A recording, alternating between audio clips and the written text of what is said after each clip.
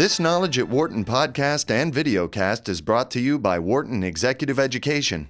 For more information on Wharton's executive programs, such as the Executive Development Program, Leading and Managing People, or the new High Potential Leaders course, please visit executiveeducation.wharton.upenn.edu.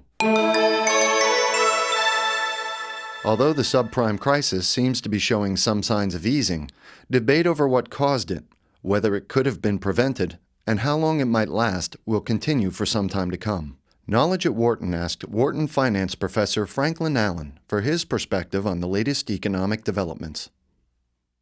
Welcome, Professor Allen.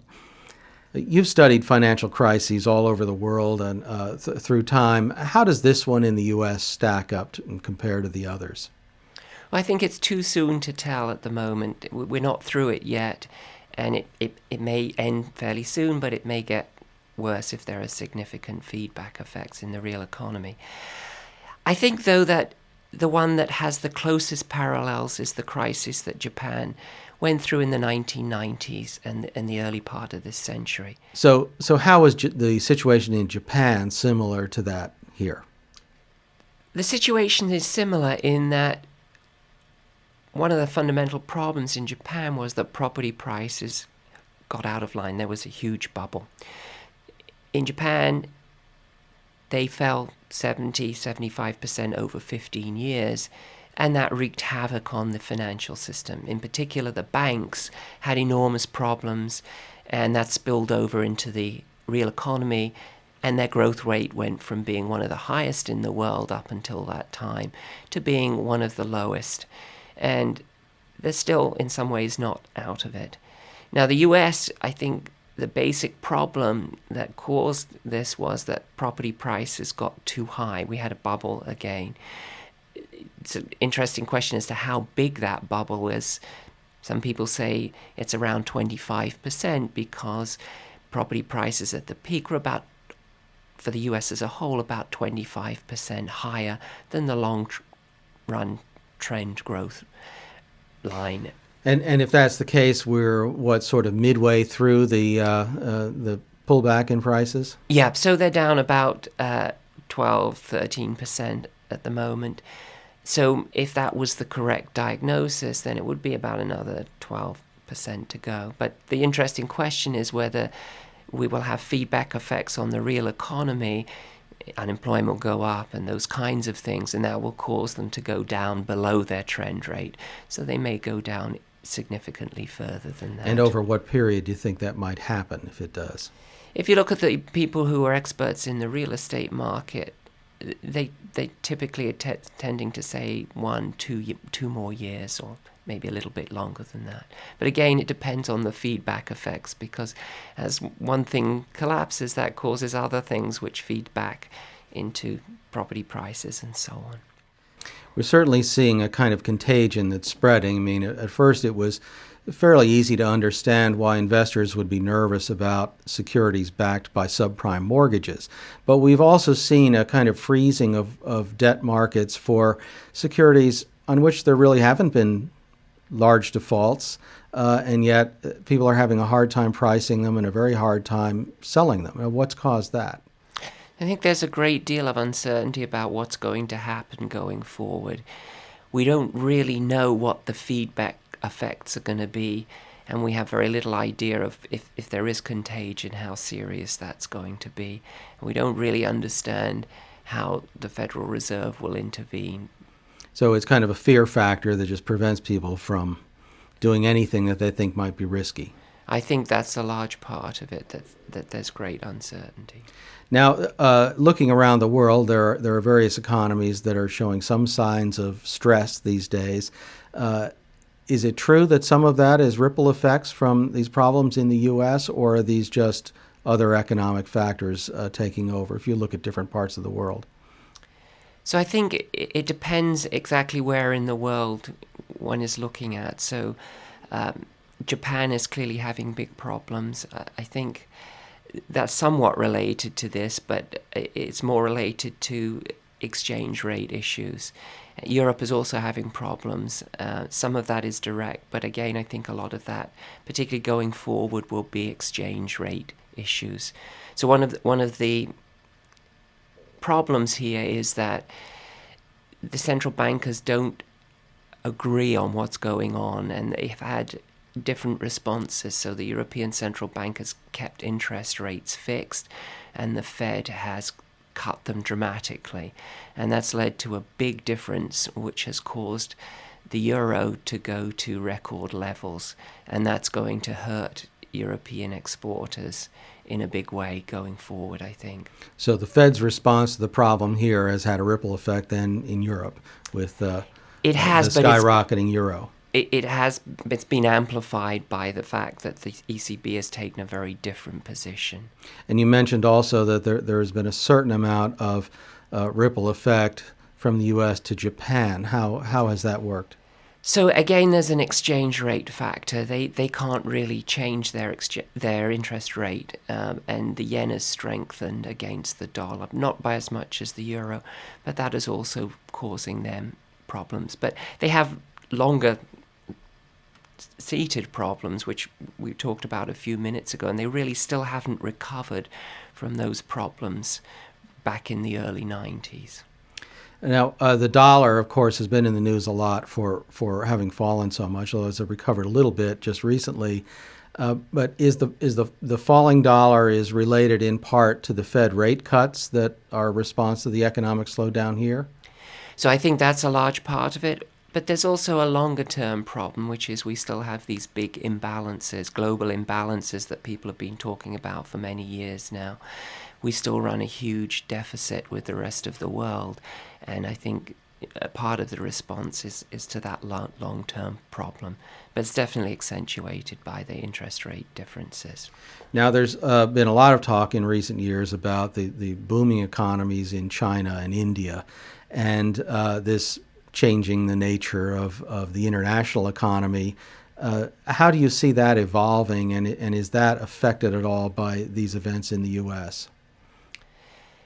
So I think that's a very important factor in what's happening in the global economy in terms of higher commodity prices and higher oil prices. So it's certainly playing into the inflation, which we haven't talked about yet, but it is an important contributing factor to what's going on. And what is the mechanism? The falling dollar again, or so that's part of it. But it basically there's a greater global demand for oil, commodities, and for food, and that's driven up the prices of all these things. And China and India are a large part of that extra demand now. Their economies are continuing to do well. The stock markets have actually dropped a fair bit, more than most of the developed countries, but their economies are actually much stronger, and they're likely to remain strong, in my view. A lot of what's happening in China is still demand for building infrastructure and so on, and that's likely to continue. Now, demand is very high in those two countries, China and India, for commodities, and we've seen commodity prices go up quite a bit. Oil and gasoline are certainly a real concern to Americans, and some of this, I take it, is due to the falling dollar, and in addition to the demand issue. Yes, I think it's both those factors. I see, and the falling dollar, part of that can be traced to this subprime. Yes. Crisis as no, well. so these different in interest rates that we see. talked about. Now, you mentioned inflation. How is inflation? Of course, commodities, as we just mentioned, are a factor in inflation. But what has been driving the uptick in inflation in the U.S. recently? So commodities and oil have had a big impact on the headline number, which is the total.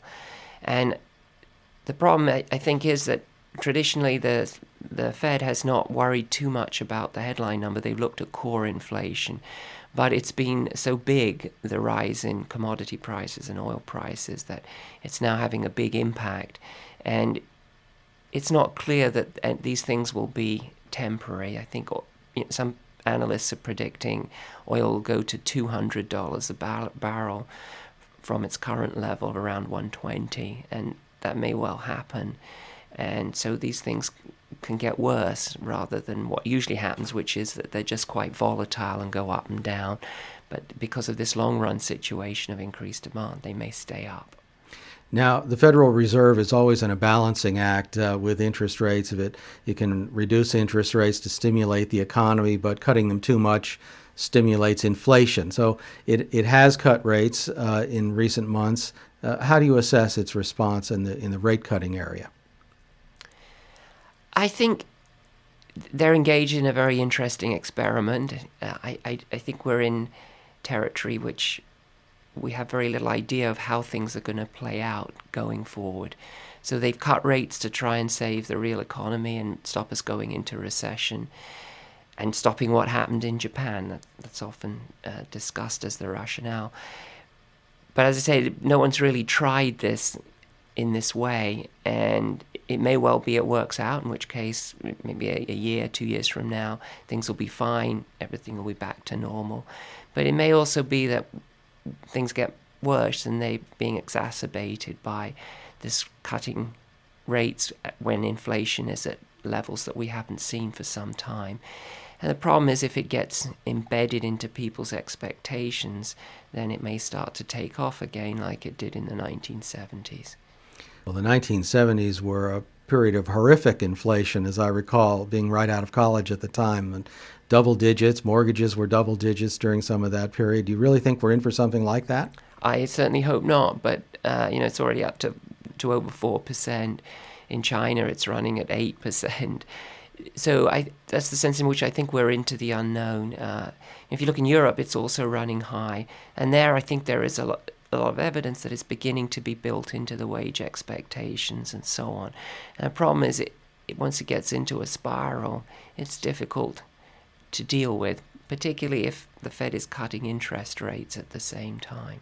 And you mentioned that the central banks in Europe have not responded with the same kinds of rate cuts that we've seen with the Federal Reserve. Why not? Part of it is that they're in a different situation, so they don't perceive the risk of recession as being the same as here. But also, I think part of it is very much a difference in beliefs about what's important and what's going on. So the European Central Bank, they have one mandate, which is to fight inflation, and that's the result of a long historical process from the 1923 inflation in Germany. And so they're even talking about raising rates in the Eurozone. And so I think it's a combination of different situation, but also different philosophy. The UK is a little bit mixed, so they've done some cuts, but nothing like what the US has done. Now, one of the things you said kind of surprised me, because we think back to there have been some changes in Germany, and there were certainly changes in Britain in the Thatcher era. But you mentioned that the expectations of wage increases you think is embedded, or is that re-embedded? Didn't that used to be the problem in much of Europe? No, that used to be the problem, but the problem is that they're also running around, these high levels around 4%, 3.5%, those kinds of numbers. And that's much more unionized in many countries than we are here. And so, for example, in recent trips to Germany, one of the things one has to start worrying about is, are the trains going to be on strike? Who's going to be on strike? Those are things that haven't been that prevalent in Europe, but they've begun to happen again because of this inflation and demand for higher wages.